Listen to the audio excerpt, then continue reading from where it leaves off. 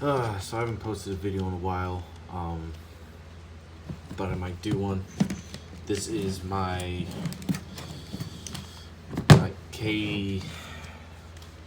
was it KWC or no, not KWC. I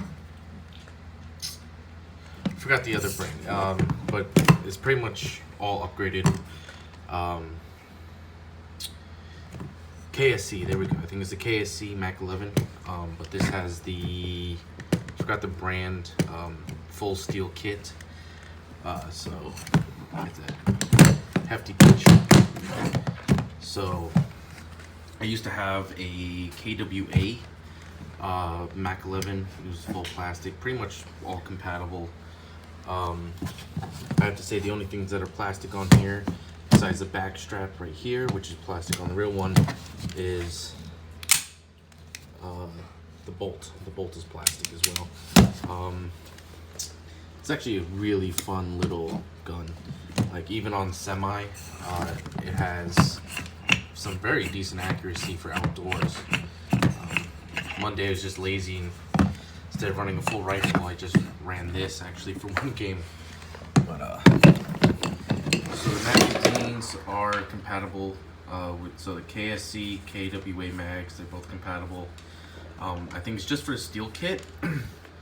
The follower right here for focus, probably not. There we go. There's a little like tab that comes out that allows you to pull down the follower easily. For the steel kit, there wasn't enough clearance for that little protrusion, so I had to grind every mag down flat so it would insert without pushing the follower down. Because if you had a loaded mag, once the follower started going up, it would hang up right here and you would just shoot gas and no BBs. So I had to file that down, and it works like a charm. It just makes reloading a little more painful because you gotta like push it down a little bit. Then I usually use like a little screwdriver or something to get in there and pull the follower all the way down, because like you could do it like that, but it's very easy to slip out.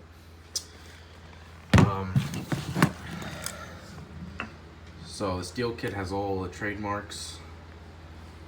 I don't know why, for some reason the safety I wasn't able to get installed. It was way too tight, so I didn't bother. Fire selector, full auto and semi. Everything is steel. The stock, if it'll come out, all steel. Even the outer barrel. The only other thing that's metal but not steel is the suppressor. That's aluminum. So just as like a little quick review, the iron sights obviously are kind of trash. Rate of fire is really fast, which is awesome. Semi is really snappy. If you're going for long range accuracy, obviously you want semi. But for full auto, just that spray it's actually not as bad as the KWA version. The KWA, when you had full auto and you sprayed somebody at like 40 feet, it would go all around the person, not at the person. This one's a little bit better. You could probably hit a man-sized target with full auto at like 60 feet. After that, it's more like a shower shell from a M203. But semi actually is very decent at range. But thing is, like the real MAC11 fires from an open bolt. So this right now is in the ready to fire position. Let's say there was a magazine in. When you pull the trigger, bolt goes forward, releases gas, shoots the BB, cocks back. So it is a little bit to get used to, because you do have sort of a slight split-second delay between when you pull the trigger and when it actually fires. The gun does move a little bit because the bolt is moving forward and then fires. So, but it's neat. Just like an MP5 or any gun that doesn't actually have a bolt hold open on last round. See, this magazine's actually gassed up right now. So if I pull a trigger though, since there's no BBs, it does that. the follower actually blocks the bolt or nozzle from going all the way forward, so it doesn't fire. So that's your last round cut off. And just like an MP5, when you do a reload, you want to make sure you cock. Sorry, do one-handed. You cock it back, then take the mag out, put a new one in, you're ready to go.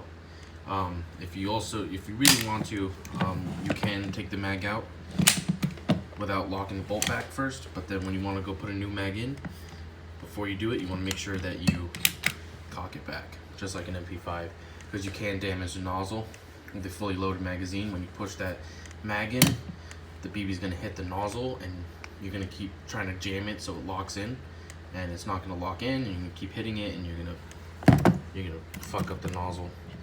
It does have a metal nozzle, but the rest of the assembly is plastic, so you can warp it. It's very thin metal, light metal too, so you probably bend it, dent it. But overall, it's a really nice design.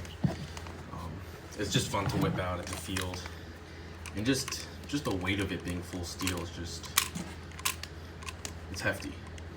For a small little package, it is very hefty. You hand it to people and they're like, holy shit, like this thing weighs, I'd say about 3 Glocks. Yeah, I guess they're kind of hard to find nowadays, especially the steel ones or the steel kits. I'm very happy I got this. I got this for doing some tech work for a friend. He was very nice and gave it to me. He wasn't using it. I don't try to use it as much because, you know, I want to keep it nice and working condition, but I still run it. What's the point of having a cool piece like this if you can't run it? Yeah. It's a full auto, 180 degrees turn. Doesn't matter which way you do it. You can go from the bottom to the top, or you can go from the top to the bottom. Doesn't matter which way you spin it. Spin it any direction you want. There's semi.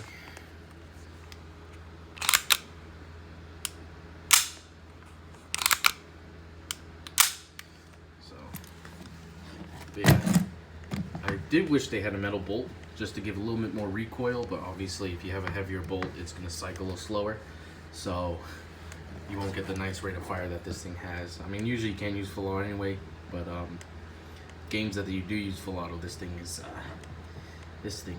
fun.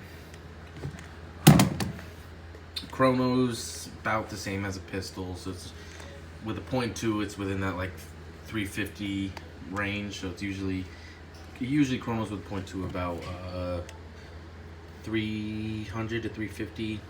The big gap is just due to gas cooldown and just the nature of gas blowbacks in general, being that it's not a very used or popular gun. There's not many upgrades for making it more consistent and everything, but even with the low FPS with outdoors on like 2.5s, it's actually a real blast to use.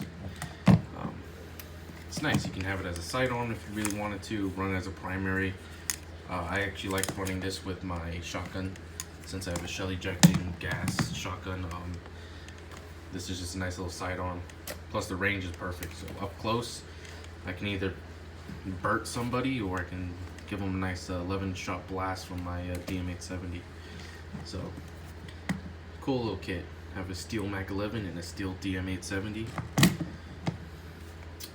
But yeah, just thought I'd do a little quick review. I haven't posted anything in a while, and I don't think I've showed this on the channel, so I hope you guys like it.